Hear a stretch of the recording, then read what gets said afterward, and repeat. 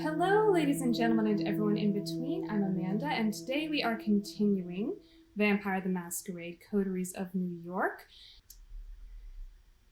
But yes, so my biggest concern today is just to make sure that I'm feeding on someone, because if you noticed, in the last stream, I had those 2 warnings about my hunger, so I hope that whatever message this is right here, about something strange, I really hope that has nothing to do with my hunger, but let's figure it out. You come back to your haven after a long night out. Right before you open the door, you notice something strange. The sounds of television are coming from your apartment. Mad Men, if you're not mistaken. You open the door and carefully peek in. A young, disheveled woman is curled up on your sofa. She has a blanket pulled on top of her and seems very comfortable. Next to her lies an obviously unconscious, preppy woman. Oh, you're home! The woman reaches for the remote and puts Mad Men on pause. You weren't home, so I started without you. You know, Netflix and chill.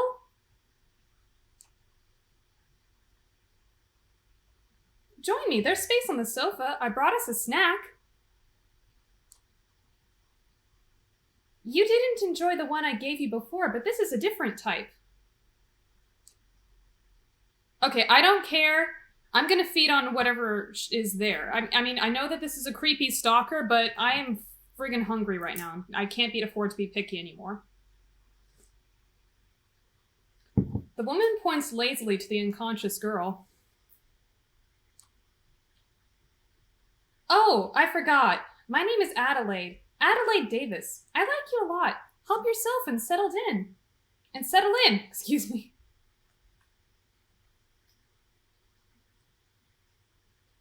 Yeah, I gotta feed. I've got to take this.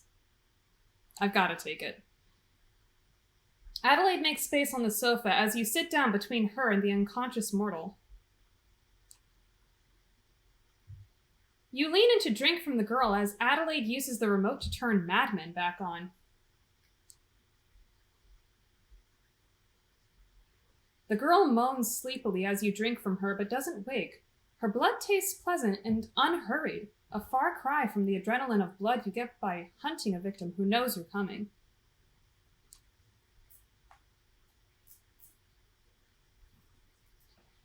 As you lick the girl's wound closed and sit back on the sofa, Adelaide lies down and rests her head on your lap. Isn't this nice?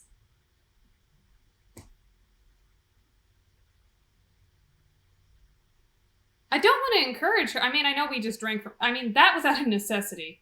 I'll just say I've always liked Mad Men. I have no idea who this chick is, but... I'm not asking to kiss her. I've always liked Mad Men. Me too. It reminds me of another life long ago. Even if it wasn't quite like it is on the show. I remember more blood and screaming. You watch the show together, taking small sips from the human every now and then. You didn't know vampires could spend time like this.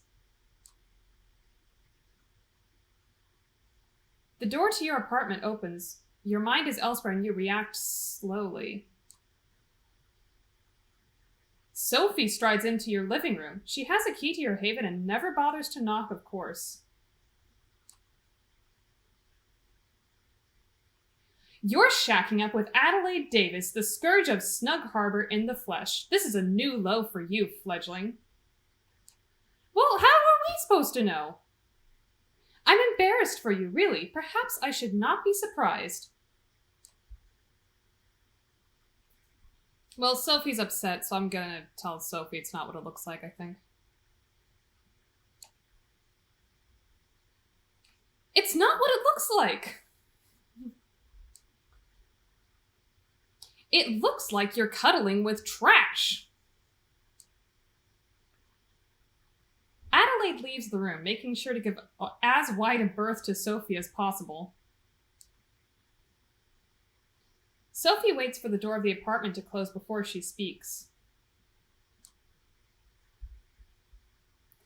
The Clan of the Moon. Did I not advise caution when dealing with them?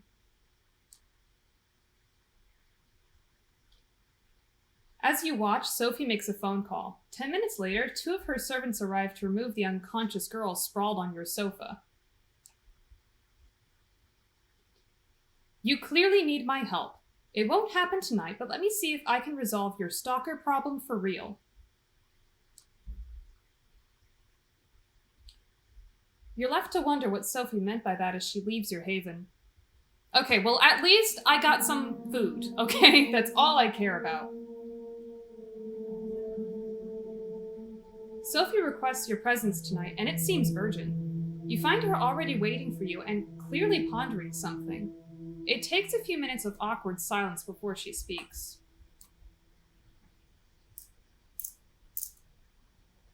I require your assistance, Amanda. There is a matter of great importance that I need to ask you to resolve for me. You will find what I'm about to say surprising, I'm sure, but I need you to hear me out. I need you to contact an important Anarch figure in NYC and arrange a meeting for us. Aren't meetings with Anarchs forbidden? I'll be setting a trap, right? What business do you have meeting Anarchs? I'm going to ask if it's forbidden, because it is. Wait, I'm pretty sure we are not supposed to meet with Anarchs. We're at war, right?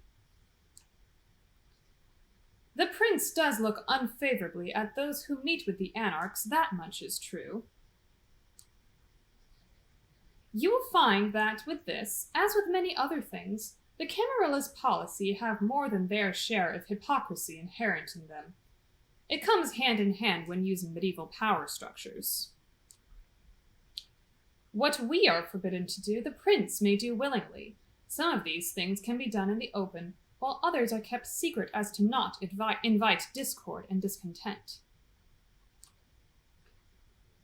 I need to contact a man named Torque. Oh gosh.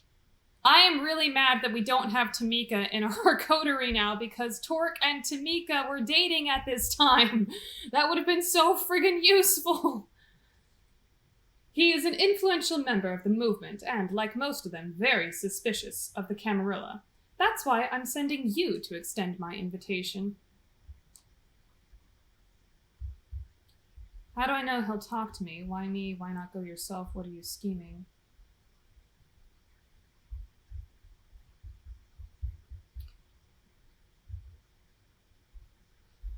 I want to ask what she's scheming, but I know she's not going to say anything. I know she's not going to tell me. But I think inherently our character knows that Sophie is really suspicious, so I'll say, how do I know he'll talk to me? How do I know he'll even talk to me? He won't. Not yet, anyway. You need to start further down the chain and with the right story to spin. From my limited sources adjacent to the movement, I've gathered that your best chance to speak to Torque is to first meet with his right-hand woman, Mia. She's a regular at a club called the Leech Pit. I think it would be best if you presented yourself as an Anarch hopeful, a fledgling looking for a place of belonging. Only after you talk to Torque directly should you mention my name and the meeting.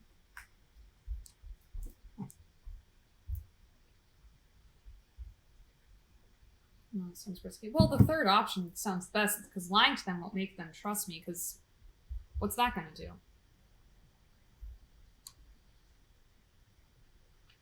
I don't think that's the right approach. Lying to them won't make them trust me. When they find out the truth, they won't be happy or eager to work with us.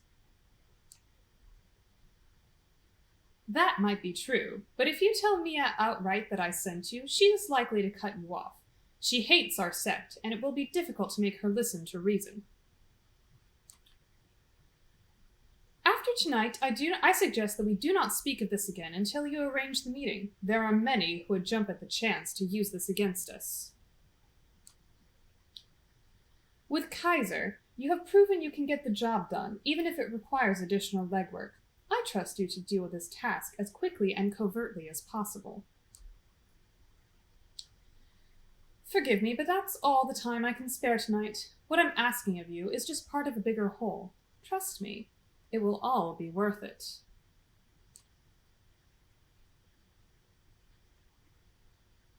I'll do my best. It better be. I'm risking my neck here. I haven't agreed to do this yet.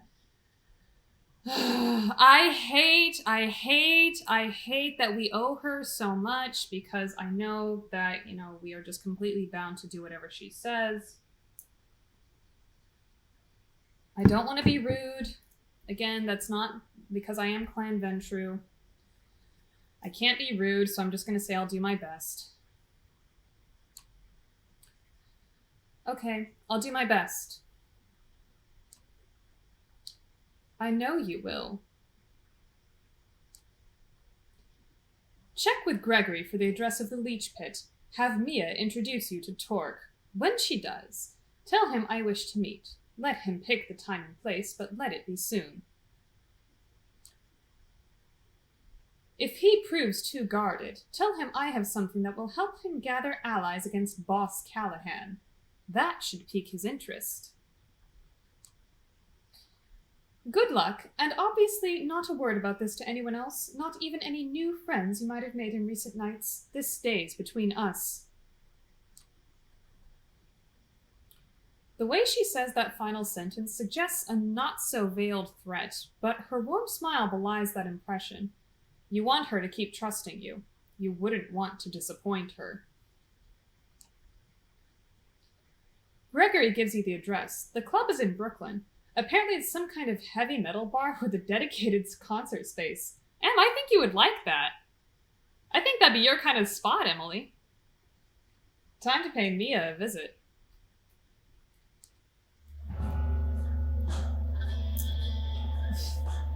Look at that, the bottle of Jack, except it can't be Jack.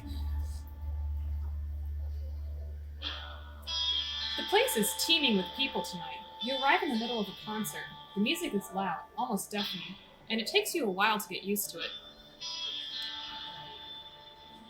This is not your scene at all. You can barely focus through the noise, but you grit your teeth and decide to bear it. The sooner you find Mia, the sooner you'll get out of this hole. A group of a few dozen patrons are tightly packed together, and the smell of their sweat and youthful, excited blood overwhelms you momentarily. It's with some difficulty that you turn to the task at hand.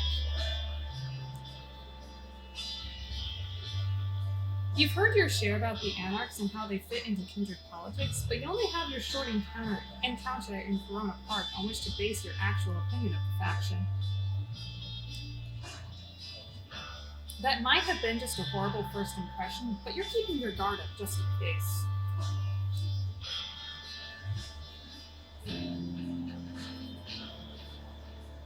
I'm gonna feed again. I don't want to run the risk. Plus, I get the feeling that Mia's gonna show up no matter what.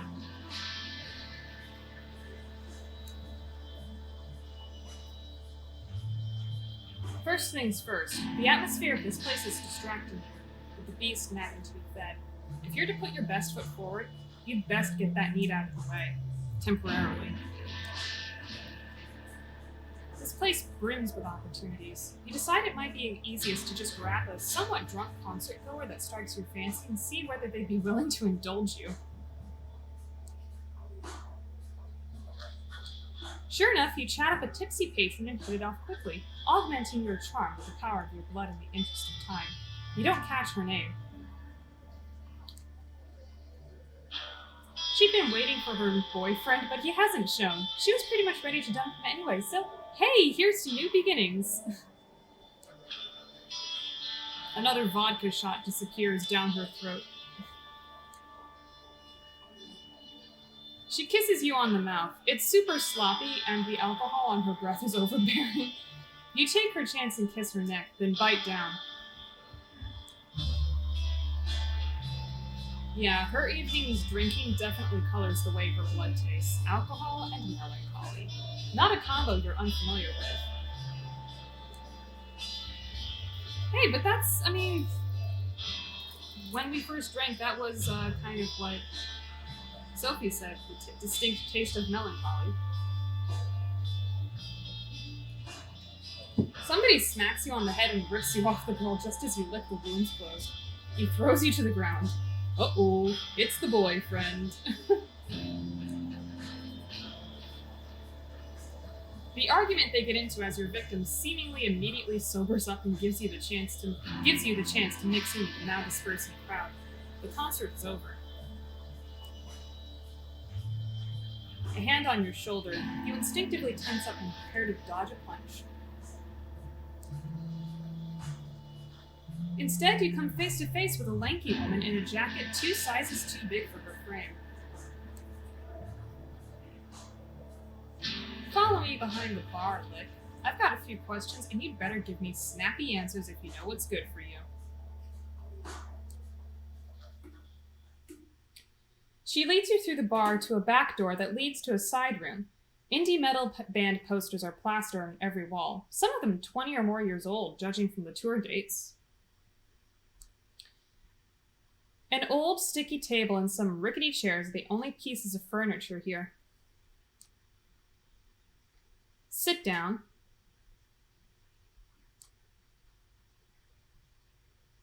Well, yeah, I'm just going to do it because, I mean, we're supposed to gain her trust, right?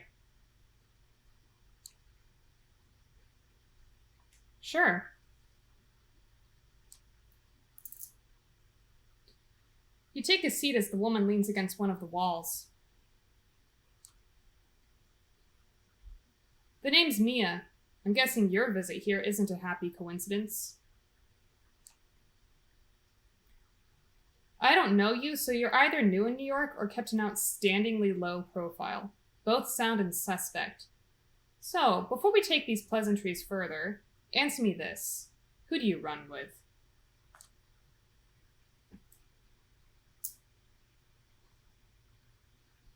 Okay, Sophie said that Mia would shut down. I'm going to be honest, because I feel like Torque and Mia are going to know these things anyway. Plus, I just don't want to do things exactly the way Sophie wants me to, but I don't think Sophie was smart at all. Plus, I hate lying, so there's that. Camarilla, I guess, but I'm looking to switch. Is that so? She looks you up and down. It's hard to read her. Okay, sure, I'll bite. But let's get one thing out of the way. She leans in. If this is some clever ploy to oust me from my domain, or if you're just here to spy on me and the movement, I'll make sure that you don't enjoy undeath much longer. Got it? You can tell it's a purely rhetorical question. Right, here's the pitch. The Camarilla liked to think they're the vanilla option, what with Prince Bitch Panhard pretending that they were always in charge. But New York has never been a fully cammy city. They might have won the city in '99, but camps have had their asses handed to them many times over the years, and the movement has been here at least as long as they have. Hell, I moved to NYC before World War II, and that was a good while after I saw the Camarilla for what they are, a way to keep us all subservient and in line. The Ivory Tower will tell you they're the only safeguard for the traditions, and that's kind of the problem. There's only one tradition we in the movement feel should be respected, the Masquerade, obviously. Everything else? Ask the prince, and she'll tell you it's the logical continuation of the Masquerade. But really, it's just a way to keep the elders powerful and in control. She grimaces. But here's the thing. For all the talk of us bloodsuckers being solitary creatures, we need a community to keep up the Masquerade. Community, yes, but authority? Not so much. We need a council of peers to keep the assholes and power-drunk fledglings in check, but not a feudal prince to tell you where to feed or who to hunt down when they step on her toes. She takes a brief break from her indignant rant.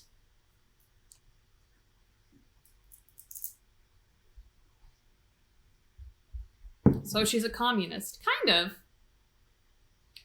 Kind of, I guess. They do have barons. Anarchs don't have a ruler. Sounds too good to be true. I'm going to say sounds too good to be true, because then that's a little bit complimentary, but it still kind of opens the door for her opinion, too.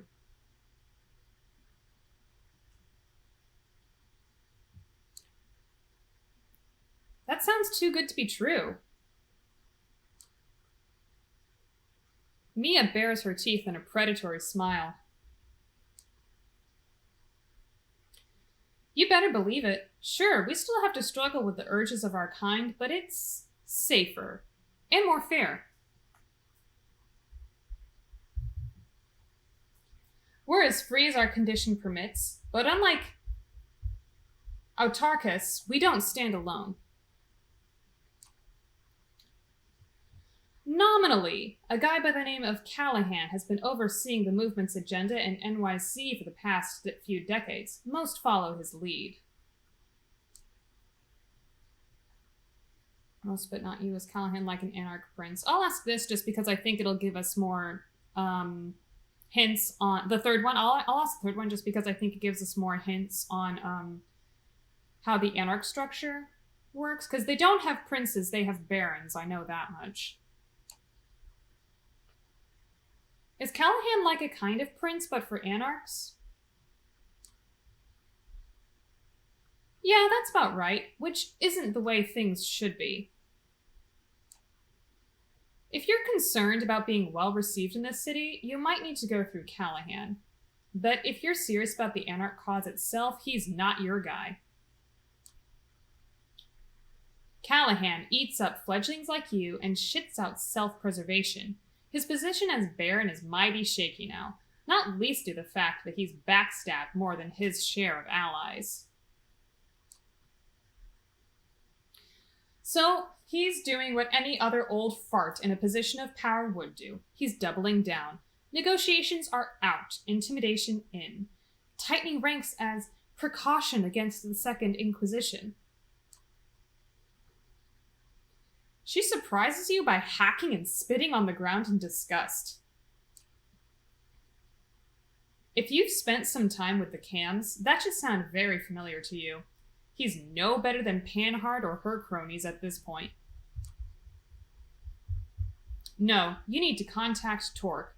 And wouldn't you know it, it's your lucky night, because I'm the lick to do it through.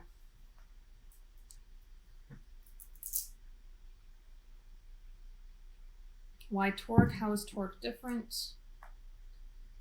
Why can't I just meet him? I'll just say why Torque. Torque, huh? Why him? Because he's one of the good guys.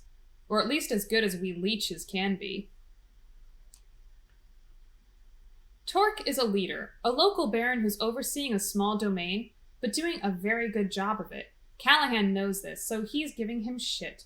Torque is taking it like a champ. He's smart like that. For one of us rebels, he's got the patience of a saint. Makes you think back to how things used to be way back when, if the stories are to be believed. Anyway. You want to meet him? I'm going to require a show of goodwill first. What do you have in mind, or I can just ask elsewhere? No way. I'll just say, what do you have in mind?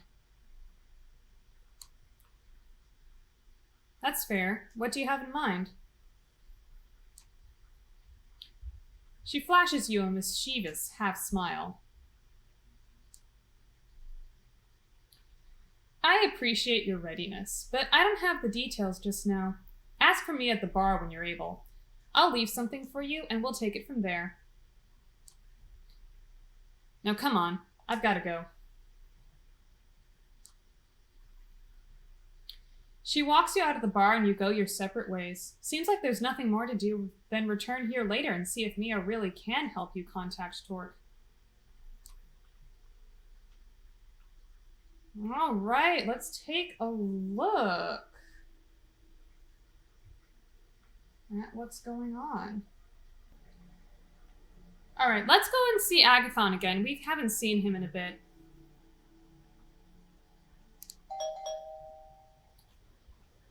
One of these nights, you'll have to buy something, you reflect as you ring the doorbell of the occult bookstore that serves as Agathon's haven. Perhaps something about auras or the tarot. The same sleep-deprived blonde woman you saw on your first visit opens the door for you. Each kindred has their own servants, and Agathon seems to go for the tired Wiccan mom type. Oh, it's you. Come in.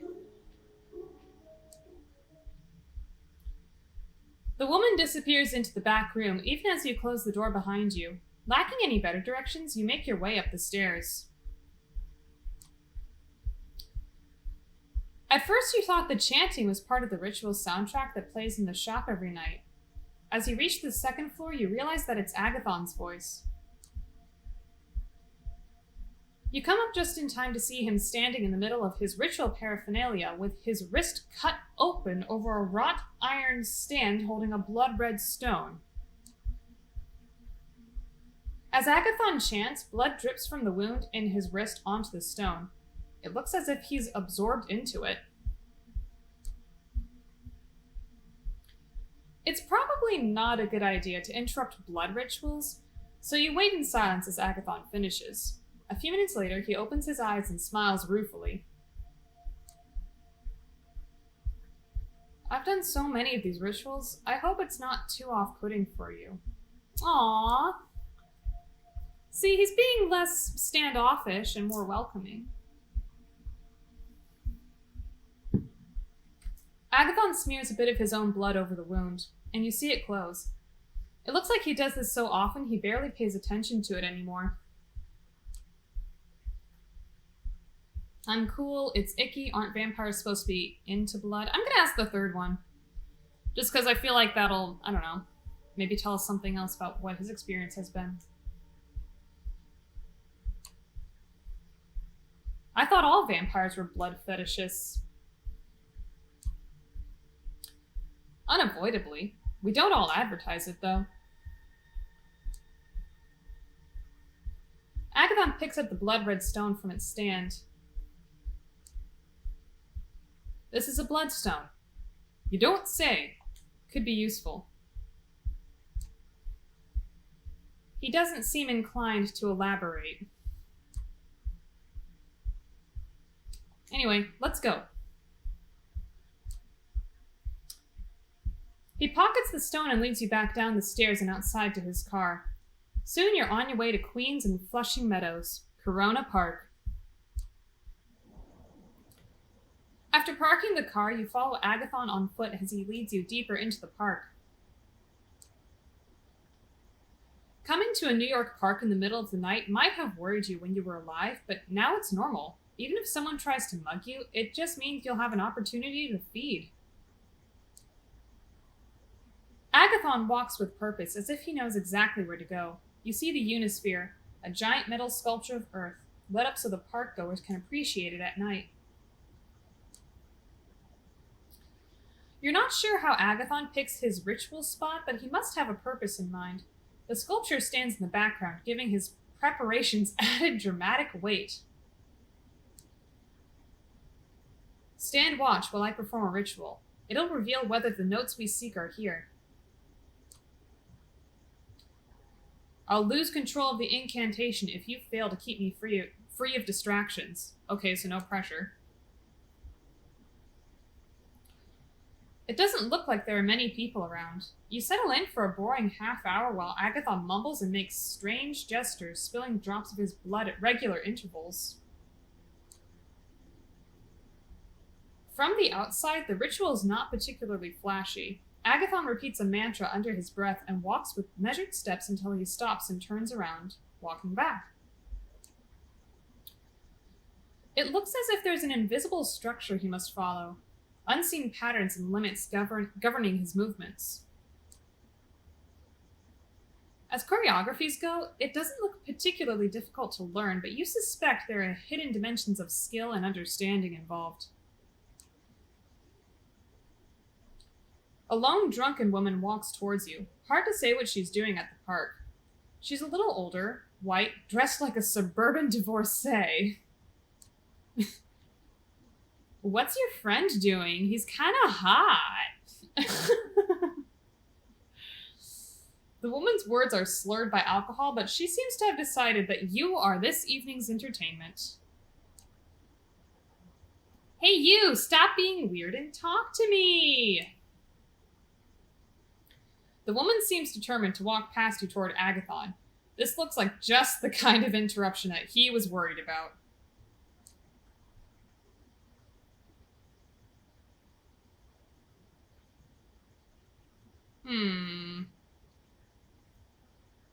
I'm still hungry, so I'm just going to try it again. I'm going to try to feed from her. Agathon is deeply immersed in his ritual, so why not use the time you have constructively? You walk up to the woman from behind, grab her by the shoulders, and sink your fangs into her throat. Eat her good.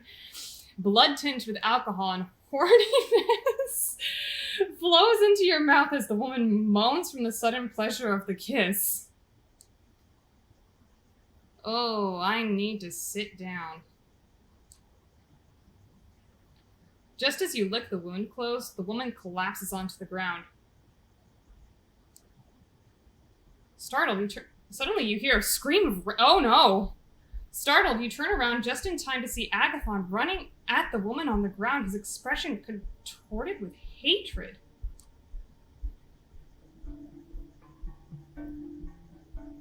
Did the woman make enough noise to interfere with the ritual? That doesn't explain why he's in such a rage. Intervene, don't intervene. What do I do? Did I just fuck up? What is going on? I have no idea what's going on. I have no idea what he's doing. Don't intervene?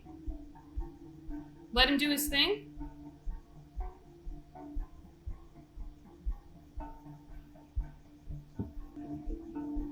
He has never reacted this way. Normally he's just socially awkward.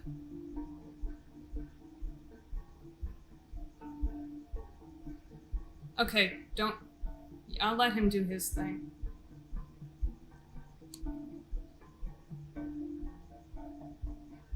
You step aside as Agathon leaps at the woman, sinking his fangs into her neck as she screams pitiably. Oh, he's gonna kill her! The woman's screams quiet down as Agathon drinks more and more. Okay, I'm gonna stop. Okay, I'm gonna stop. I'm not gonna let him drink. I'm not gonna let him kill her.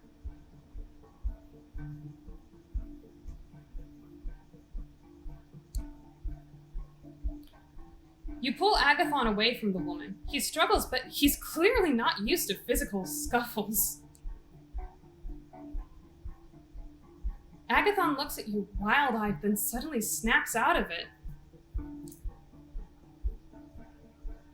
He stares at you in embarrassment and horror. You shouldn't have had to see that. I'm really sorry. Oh. Something triggered one of my wards. We have to go now. There's no time to waste. Oh. Agathon starts running toward his car, and you do your best to follow. Usually, Agathon drives more carefully than most humans you know, but now something is different. He's speeding, honking at every car that gets in your way. What is going on with him? You're driving towards the Bronx, and twice, Agathon almost collides with another car. He's clearly not used to driving quickly, but something is overriding his usual caution. Oh my gosh, is the beast taking over him? Is that what we're supposed to be seeing now? that, you know, he's got all this, maybe, I don't know, maybe the beast is taking control.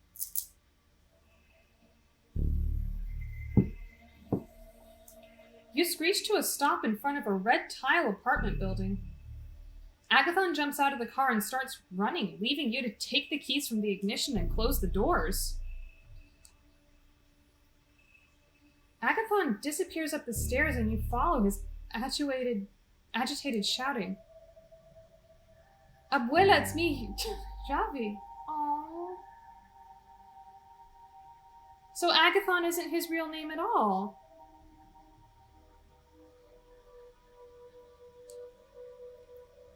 You get to the 5th floor landing after a run that would have left your mortal self winded and find Agathon banging on an apartment door and fiddling with his key ring. A few of the neighbors poke their heads out into the hallway, but nobody intervenes. He said something triggered one of his wards, so maybe he's got a protective ward for his grandmother? Agathon finds the right key and slams the door open, running inside. You follow, entering what looks like the home of an old Mexican lady. There are portraits on the mantelpiece and a crucifix on the wall. The apartment smells musty with old age, and you detect a faint odor of vampiric blood. Sylvia, where are you? You come to the living room to find a body covered by a blanket on the corner of the sofa. Its television is on, but the sound is off. It looks like a Spanish language channel. Agathon tears at the blanket, pulling it away in a panic. He reveals an old woman waking up in bleary-eyed confusion. Javi, why are you barging in like this? Who's your friend? You're alive, Abuela? Oh, he's breaking the masquerade to see his grandmother. Agathon hugs the old lady and then turns to you. You'll have to introduce yourself. I'll check the wards. Something triggered them and I'll have to see if they still work. Sylvia snuggles deeper into her blankets. Javi. Okay, Javi. Okay, yes, it's Javi. Yes, that's right. I'm sorry. Javi. Yeah, I've been taking, I've been taking Spanish for since I was 13, and that's quite embarrassing. This is vampire business, isn't it? Always when there is trouble, it's the vampires. Okay, so she fucking knows he's a vampire. You stare at her, startled. Clearly the masquerade hasn't held in this household. And if not for me, it's not okay. Javi.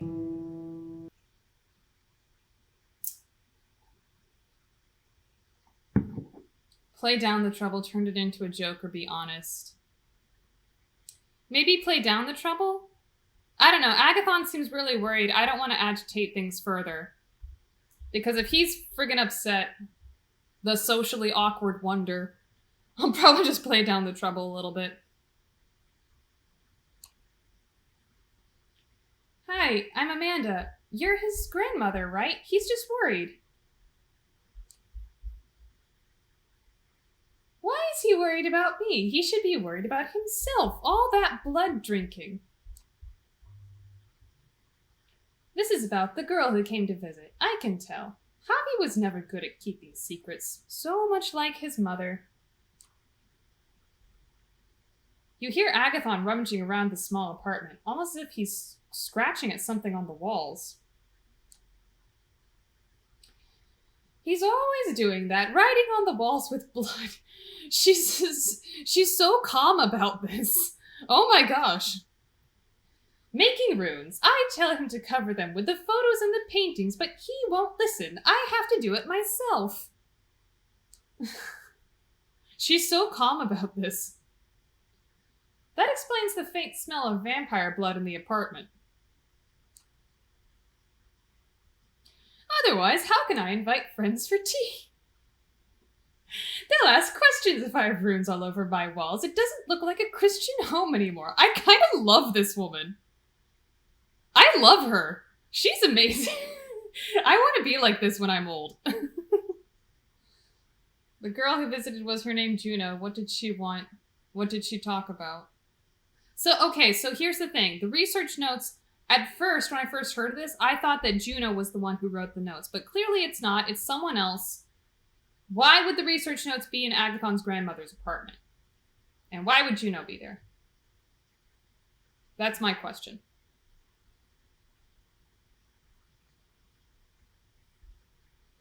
I'm going to ask if it was Juno. Because I feel like the grandmother's going to answer the other two questions anyway. The girl who was here earlier, was her name Juno? Yes, that's right. A pretty name, I suppose. She was just the kind of girl Agathon used to fall for. She was a vampire too, I expect.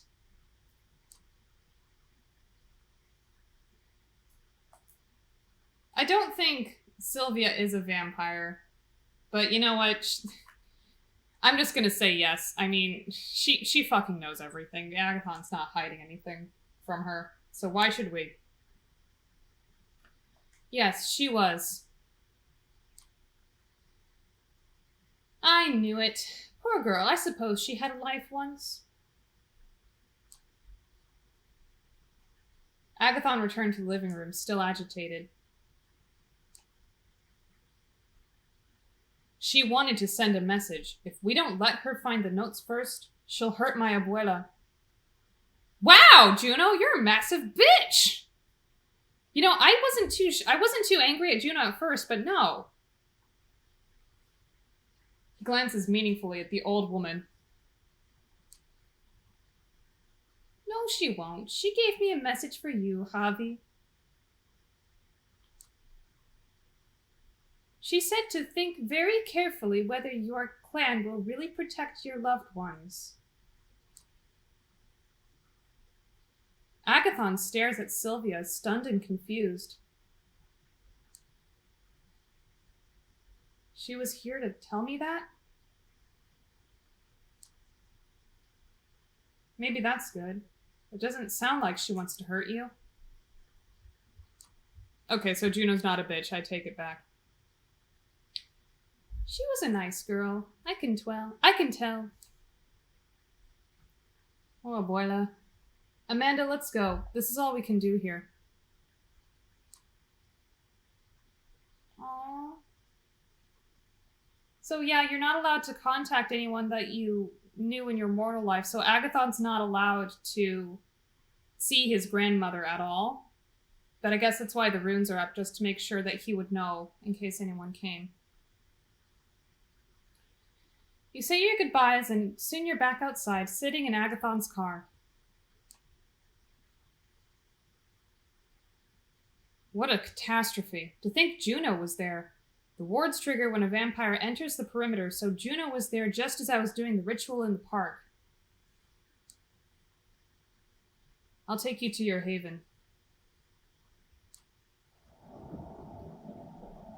Agathon starts the car and begins the drive toward Manhattan. He appears agitated, emotions coursing under his stoic face. I'm gonna ask about the message. I mean, I know he loves his grandma, that much is clear, and I know he doesn't give a shit about the masquerade, because he loves his grandma, so I'm gonna ask about the message.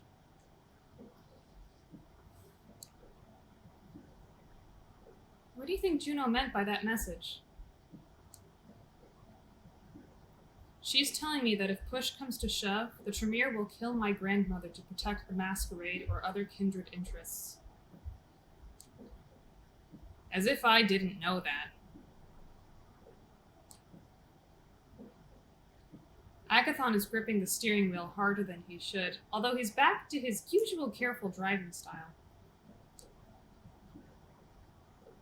Masquerade breach is bad. I'm sorry this happened. Juno might still have feelings for you. I I'm gonna say the third one. I'm curious what he thinks about her.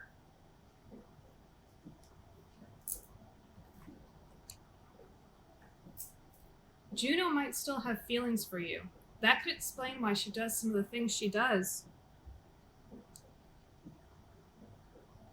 Are you sure? Agathon sounds genuinely confused. Maybe you're right. I could never read her, even when we were together.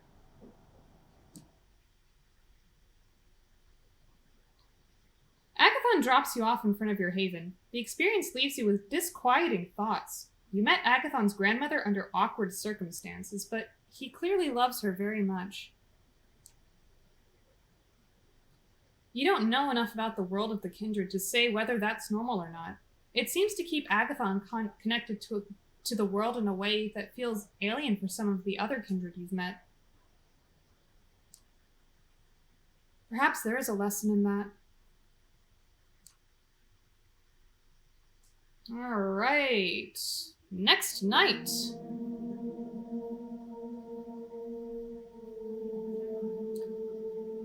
You arrive at the leech pit, finding it less rowdy than last time. The bar is still packed, but the dance floor is empty tonight. Instead, the old, crackling speakers are playing music that would probably sound like noise even on high-end hardware. Mia is nowhere to be seen, but you do remember she requested that you ask for her at the bar. You approach the bar as the bartender finishes pouring a beer for an older guy in a faded, fraying Iron Maiden t-shirt. She turns to you. What can I get you? Is Mia around? I was told to ask you about Mia. Did anyone leave a message for me? I'll ask if Mia's around. Hey, is Mia around? No, she's not in tonight. She looks you up and down, and a spark of recollection shines in her eye. Oh yeah, that's right. She takes a well-worn book from behind the counter, some kind of young adult vampire novel, and flips through it. She produces a piece of paper from between the book's pages and passes it to you. She told me you'd be interested in reading this. You find a relatively quiet corner and take a look at the note.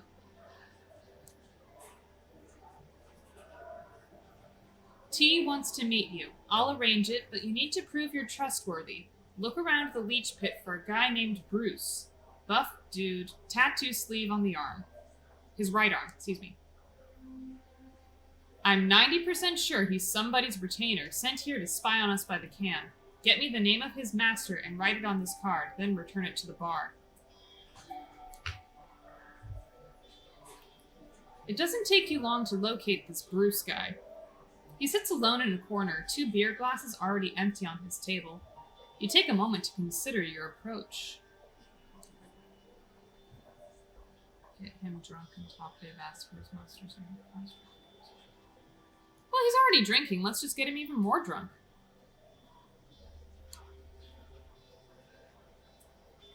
The man immediately notices you, but doesn't move from his spot. The other seats are empty. Hey, do I know you? You look familiar. Oh yeah, I think I saw you here before, right? I'm not gonna lie and say I'm a regular. It's not my first night either. I'll just say yeah, probably. Yeah, I was at the concert the other night. Oh yeah, that's right. And then you went behind the bar with that chick. Not my type. You, on the other hand... Okay, cool. He winks at you. If you still had those kind of reactions, you'd sure make your skin crawl. Okay, cool. Yeah, this'll be easy. Anyway, anything I can help you with, or are you just looking for somebody to chat with? Because I don't mind chatting, babe. Say poison, how about a drink? Buy you a beer. I'll say, how about a drink? How about a drink? Sure, get me a Lenny. You know, whiskey and Coke. Jack and Coke specifically. You fake Lemmy fan. Or actually, no, I shouldn't say that. Maybe they can't use it for trademark or copyright purposes. A short while later, you return with the drink. The guy has been eyeing you up the whole time. He picks up the glass and takes a big gulp. Oh yeah, that hits the spot. It takes a second drink to really loosen him up, and a third to make him somewhat more chatty. He doesn't really focus on himself, instead seeming very interested in you. Most of his questions are overtly sexual. He doesn't quite ask you for your favorite position, but the intent is there.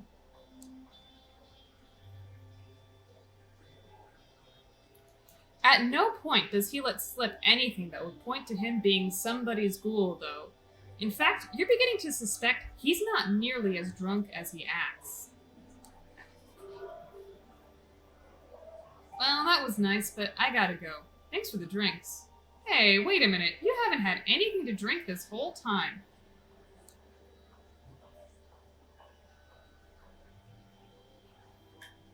I'm gonna say no, and your master wouldn't either, just to check.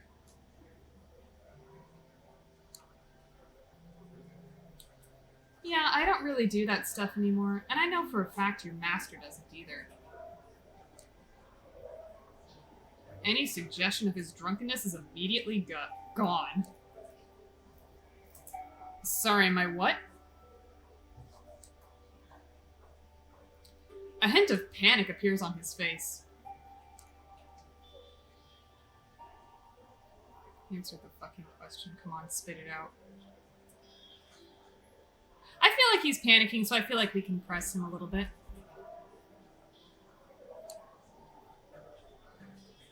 You better answer the fucking question if you know what's good for you. Your master's name. Now, please.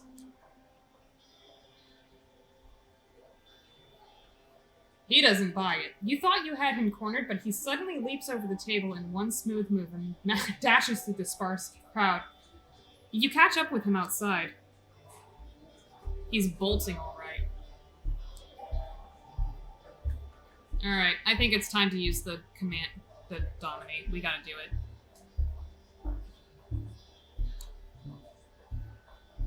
Bruce, stop. Simple command, obeyed to the letter. You approach him and drag him into a nearby alleyway. He snaps out of your previous command, but now there are only a few meters between the two of you.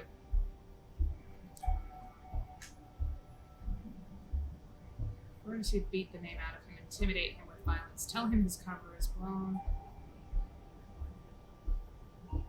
I don't want to use the second vampire power. I'm gonna do it.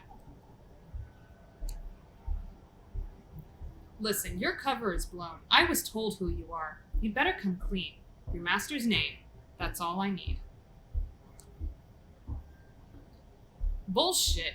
Besides, she'd kill me if I told you, and I quite like being alive. Alright, I guess we have to...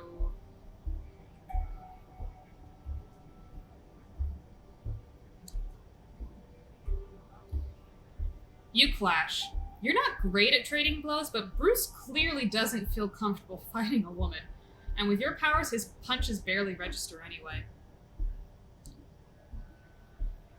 It takes a few moments to beat him into submission, but a precise kick to the groin sends him to the ground. His face swollen and his hand protectively placed over his nuts. He gives in.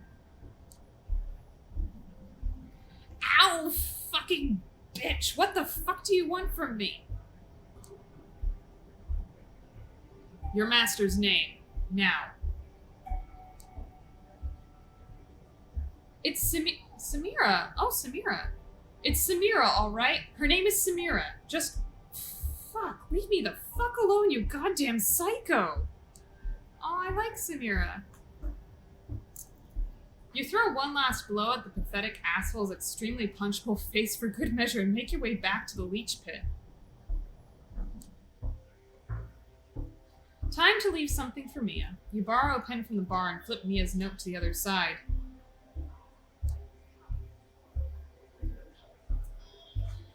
Bruce mentioned a she, so his master must be female, but that's all you've got to go on. No, it isn't. He said Samira.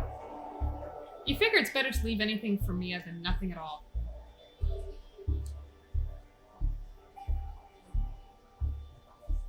No name. Well, we can't do that. The note on the master's gender. Well, that's not going to be enough.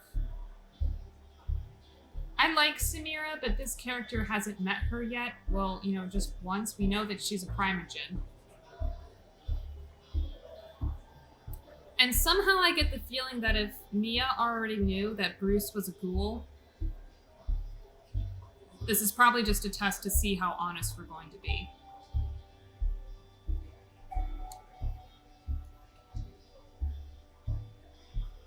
You rake your brain for any female vampire names you've heard of from the past few nights and Compass. He told us it was Samira. Why are we acting confused? You don't quite remember where you picked it up, but it'll have to do. He told us it's Samira. We heard that just a minute ago. What is going on? Whatever. You pass the piece of paper to the bartender. She sticks it back in the same book. Hold on one second. She wanted me to pass something on to you. She produces a cell phone from behind the counter. It's ancient, at least 15 years out of date. Oh, right, and this. An old charger for the piece of junk in your hand. They really did think of everything. She said she'll be in touch. It takes you a moment to remind yourself how to operate this thing, and you find that its phone book is blank. There's no Wi-Fi connectivity, and no saved message. It's got a version of Snake, though. The bartender's already over at the other end of her domain, taking orders from patrons. With your anarch contact nowhere in sight, you decide it's time to move on for the night. Hopefully your educated guesses based on the scraps of info you collected will be enough for me to call. He told us it's Samira. Why are we being so confused? He told us it is Samira. Okay, so we've already seen Agathon. Let's go help Hope out a bit, because I get the feeling that's going to be fun. When you reach the cafe, you're welcomed by the familiar face of the waiter who first led you inside. You exchange looks and nods. He hides his vape pen in the back pocket. She's been expecting you. Something happened to her car, and she, hasn't exactly left her room ever since. He scratches his head, shrugs, and gestures at you to follow him. It's the same route as before. First beyond the locked door at the end of the room with all the computers, then into an endless gray labyrinth. Finally, you reach a door that would look like any other to a random bystander. Of course, by now you know that Hope's haven lies beyond it. The waiter bids you adieu with an exaggerated bow and starts walking back to the cafe. You enter the familiar room. This time the lights are on inside. Hope is inside, walking around nervously, overseeing every screen in sight. When she spots you, she wastes no time on introductions. Kara Montgomery, what do you know of her? I know the name, not a lot, or something. I'll say I know the name. I guess it's not gonna matter. You could have seen her in listicles such as Top 5 Badass Women in Tech 2018, 12 CEOs who spark innovation through empathy, or 20 entrepreneurs with mysterious ties to Jeffrey Epstein. You don't get to voice in your answer. The question was just a minor courtesy. She has a monologue to deliver, and she won't allow any interruption. 20 years ago, she was a failed dot-com investor. Now she's CEO of Double Spiral, a brand management startup working at the crossroads of big data and influence culture. The quotation marks are audible, dripping with venom. Long story short, she spent years convincing her Camarilla contacts, as in out of touch, old farts, angry about smartphones, that Kindred can benefit from controlling the internet.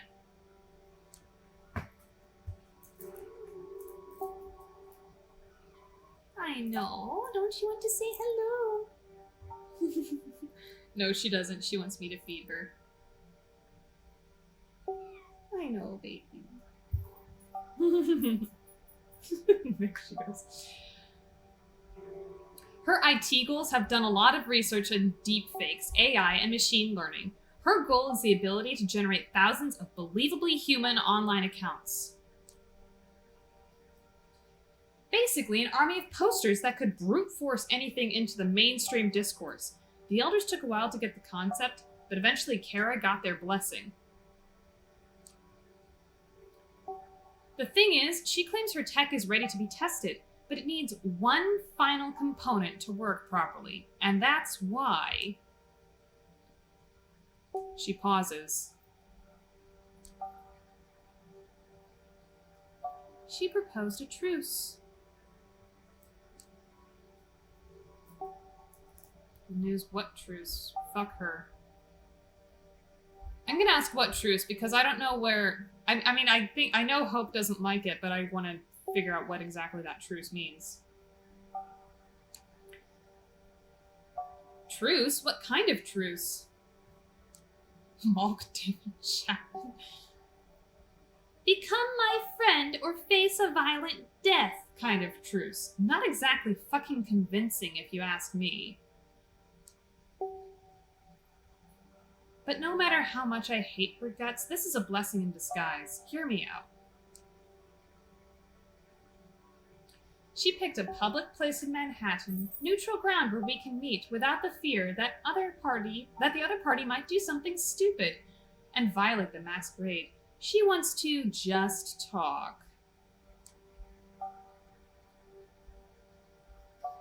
You will go there in my place and listen to her terms. We won't accept them, of course, especially not after she just tried to kill us. You will just steal her voice and walk away. Steal her voice. Probably just record her talking, but... No, there's that. And of course, Hope's not going to accept the truce. I mean, I wouldn't accept a truce from someone who just tried to kill us, but... Steal her voice? What next? You trade her mermaid tail for legs? A Disney joke? Sweet, what next? Will you hit me with a topical Harry Potter reference? I'm not trying to be obtuse here. Wait a second and let me explain my plan. You see, there's only one way to get even with the odds. We have to hit Kara where it hurts. And she's only got one weak point. Double Spiral headquarters. Kara's the only person in there with access to every room. The security is something she came up with herself, voice-based, but based on different password phrases every time. That means just recording her talking is not enough if we want to get in. That's why I started selling illicit materials to people with access to advanced deepfake audio technology. Ooh. I've got it right in this room, and now all I need is a sample base that will allow me to manufacture a bot that talks like her. To monitor data, I need to stay behind. Still, I think the plan is pretty simple. You talk to her while wearing a wire, I process the recording here to steal her voice, and voila, she is wide open. Then we invade Double Spiral and destroy it from within. The evil is defeated. I become part of your crew. Happy ending for everybody. How does that sound to you? Okay, so yeah, this is like the next step until Hope officially becomes part of our coterie. Won't I be in danger? Will she even talk to me? Sounds fun. You know what? I feel like Hope would appreciate if we say it sounds like fun. Let's do it.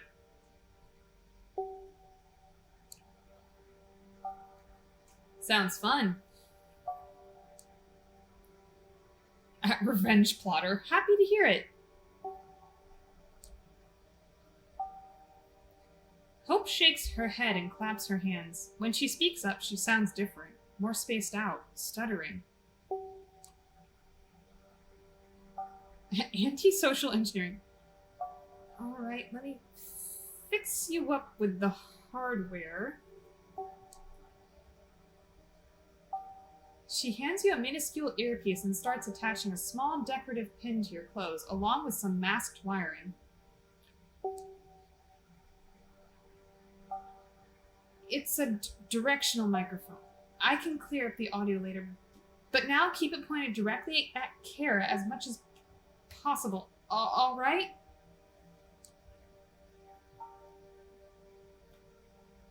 You put on the earpiece she gave you. It fits snugly deep inside your right ear. 1, 2, 1, 2, 1, 2. The hardware works flawlessly and the audio quality seems great. You give Hope an affirmative sign with your head. Revenge plotter. Beautiful. Kara designated the meeting place as the vessel. You've heard about the place, right? It's right by the eastern end of the Lincoln Tunnel. A giant pile of staircases, basically impossible to miss. Manhattan's answer to the Eiffel Tower, or a gaudy monument being only ever so slightly free, depending on who you ask. I'd drive you there, but my car is still in the shop, and I don't want to risk being spotted by Kara's people. And I need to process the voice data from here. Which means I have a perfectly acceptable number of excuses for not letting myself get anywhere close to that demonic old hag. You involuntarily roll your eyes a little bit. Hope sits in front of her screen, pretending not to have noticed. So, should we get the show on the road or what? Ready whenever you are. No sense lingering here. You get back to the street and find your car. Wrapping up the show as quickly as possible sounds like a good idea.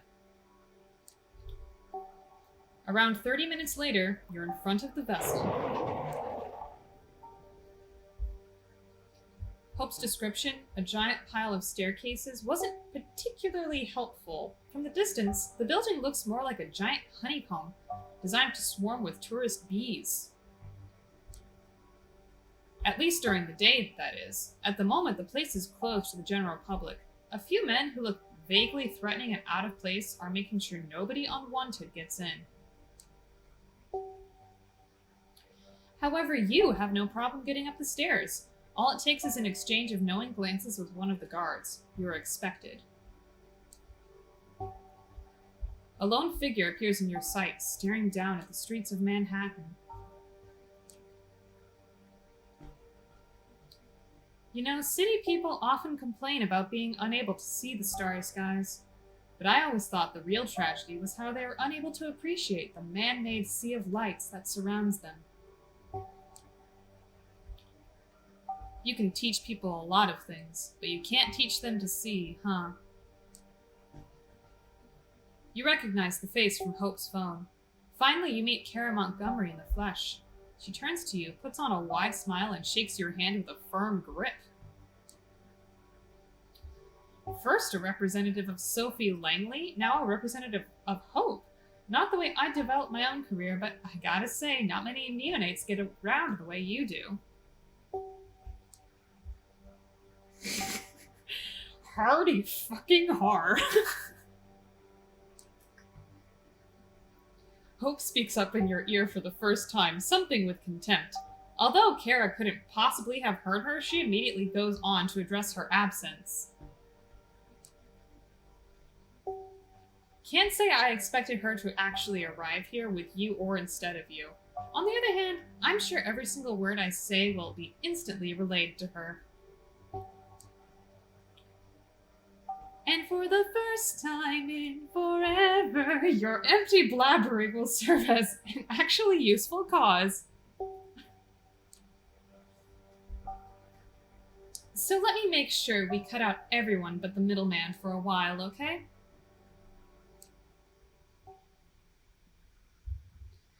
She takes out her phone and taps the touchscreen. In a few seconds, the barely perceptible buzzing sound in your ear disappears completely. You can't hear Hope anymore. It's probably because she can't hear your voice right now either, which would mean she must be busy raging and cursing out everything in her sight at the moment. This obviously wasn't something she expected to happen. Could it be that Kara saw through your plan? You have to play it cool and see what happens next. Knowing Hope, you've probably heard whatever scraps can be Googled about me and a pile of insults for good measure. Obviously, I know everything there's to be known about you as well, Amanda.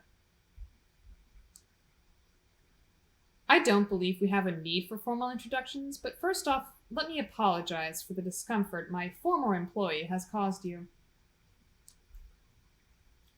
I wasn't remotely aware of his planned actions against Hope. I fully condemn them. I'm glad to see you unharmed, and of course, applaud your swift disposal of the psycho. Langley shows you well. Brief silence. So let me cut to the chase here and present myself the best way I know how, through my ideas. Who do you think has a monopoly on reality? Not much for small talk, is she? Who do you think has a monopoly on reality? Corporations, we do the state. Corporations? Corporations do. That's a fairly typical answer, very 21st century sounding. Have they succeeded in replacing the state here, though? She signals to someone behind you. For a while, you've been watched by Kara's men who circle around the staircases, presumably her ghouls. One of them sets off downstairs. You know, Bolivia just had a military coup. Hundreds of new accounts posting about nothing but Bolivian politics in English set out to convince every random person online that the US wasn't to blame. Sloppy work, if you ask me. Now imagine this. A 17-year-old K-pop fan from Ohio writing an entire thread about how her relatives in La Paz are actually glad the president is gone.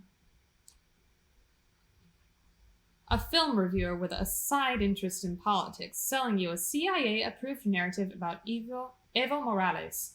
An approachable fitness guy explaining the situation to you in simple terms, just like it is. Animated voice, expressive gestures, and steady eye contact. She's a saleswoman. This is like a sales pitch. She's taught herself how to project a good image, but isn't a natural yet. At times it feels like she is screaming at you to trust her. Yeah, this sounds like a lot of salespeople. It's not hard to emulate the masses. Reach out to one of those Eastern European troll farms and bang, a few hours later, you have a clone army that will instantly voice their support for any cause. You will spread your message, but you won't foster a new culture that serves your goals, won't masquerade your messaging as independent thought. For that, you need personalities, not the masses. But the ability to emulate personalities, a whole different ballgame, not a craft, but an art. You need to understand your fabrication so deeply that you start to hate it and learn to love it. And if you want to make a bunch of those personalities follow one agenda, you need a once-in-a-lifetime team. Oh my god.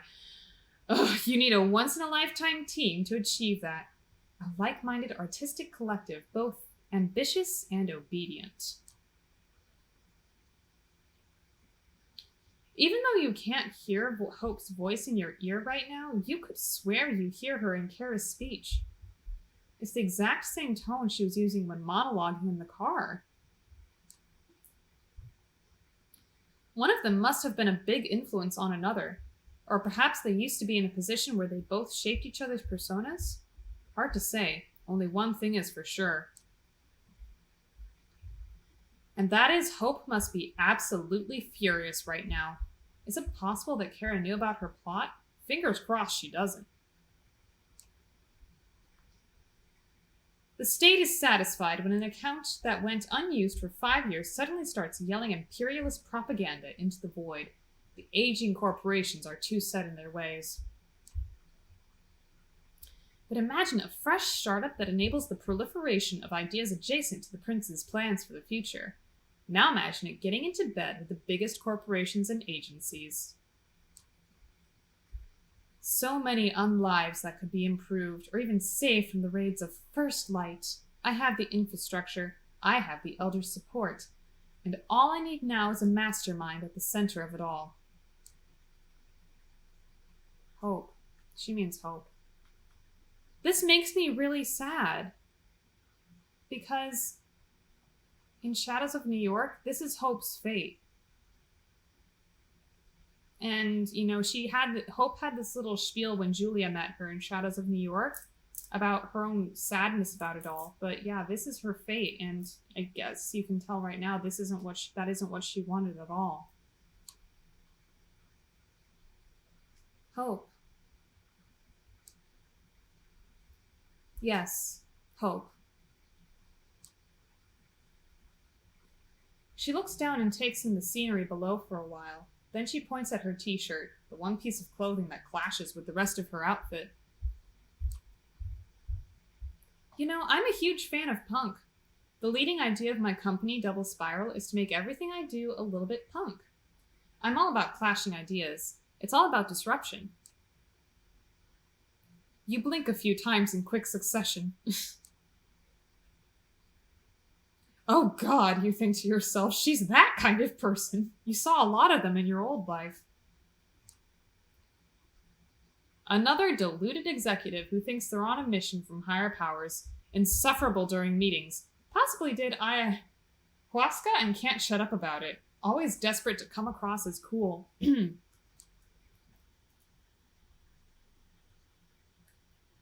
You collect yourself and escape from memory lane. Kara started talking about Hope, so you'd better listen.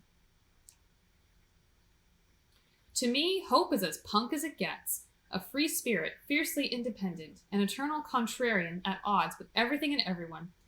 Developing her talents just because she finds it joyful. But God, does the girl need guidance? Not putting her talents to better use, rotting away, posting inane bullshit all the time? What a waste. I have built an environment specifically to develop her talents and let her become indisposable to our society, but she rejects it because of some idiotic hang-ups. I don't expect you to change your mind about me just because I keep yapping and yapping. I just hope you'll keep my perspective in mind and serve as the voice of reason Hope really needs right now. Now that I've had my say, how about we put our girl back on? She taps on her phone again. A quiet buzz reappears in your right ear.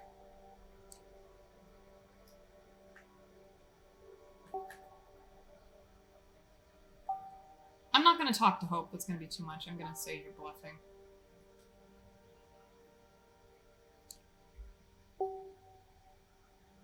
This is a better safe than sorry kind of thing, isn't it? There's no one listening in. Maybe you're right. Maybe not. She's 100 years too early to even think of accessing my comms. She's bullshitting you. Don't sell her anything but bullshit in return. Look who's back.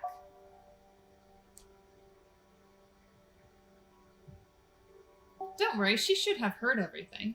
I just wanted to spare you an annoying commentary track while I introduce myself. Excuse me for a second. One of her guards approaches you to show her something on his phone.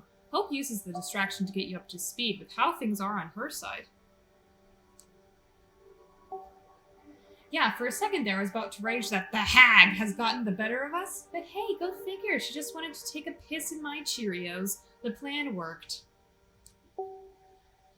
I have a lot of data from her monologuing and, some private sources, but the more we gather, the better. The display here says some more K letters could be useful.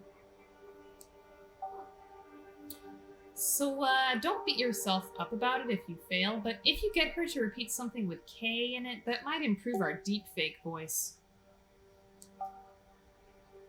It looks like Kara's done talking to the guard.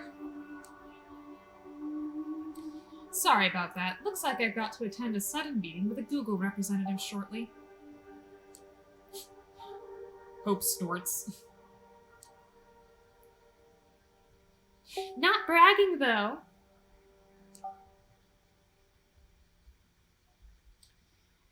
By the way, does anyone but Hope know about this little rendezvous? Your patron? Any other companion? Or maybe the Nosferatu?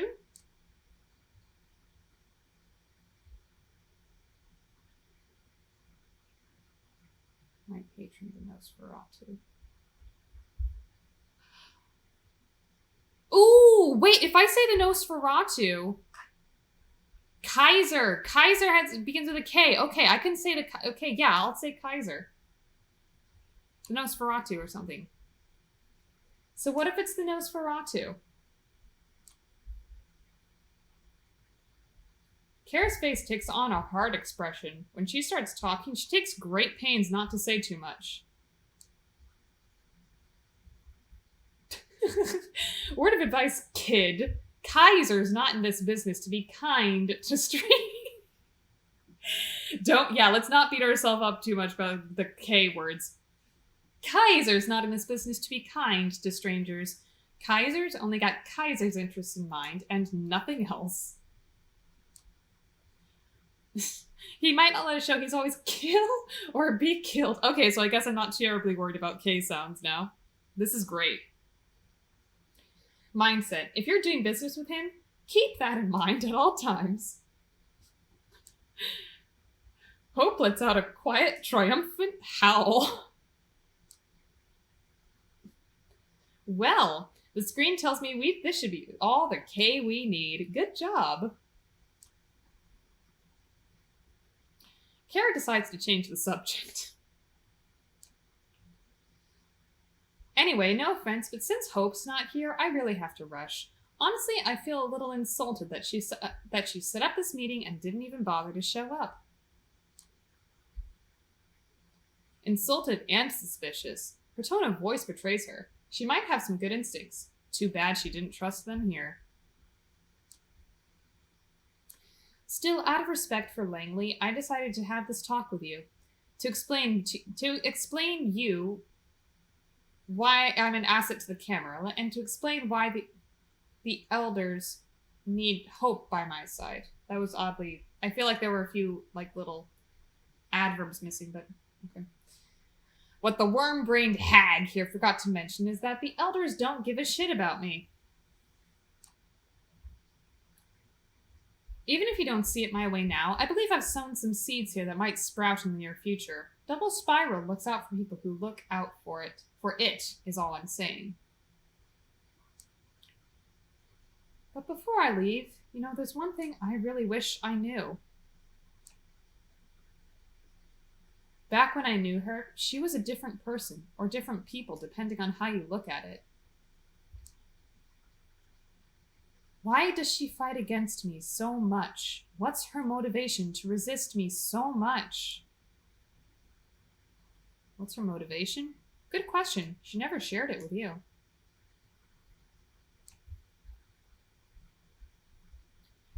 Answer whatever you want, but A, you better lie through your teeth. B, get her to say V a few times if you can. It might improve a few shortcomings in our deepfake software.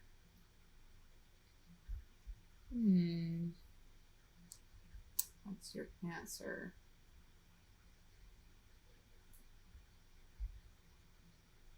Survival. Payback, retribution. Love. Love. I don't know, I kind of want to say love, but I don't think that'll work.